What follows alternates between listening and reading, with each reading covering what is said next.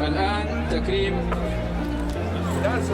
منتخبات الأشبال الذين شاركوا في هذه البطولة. منتخب الجالية الصومالية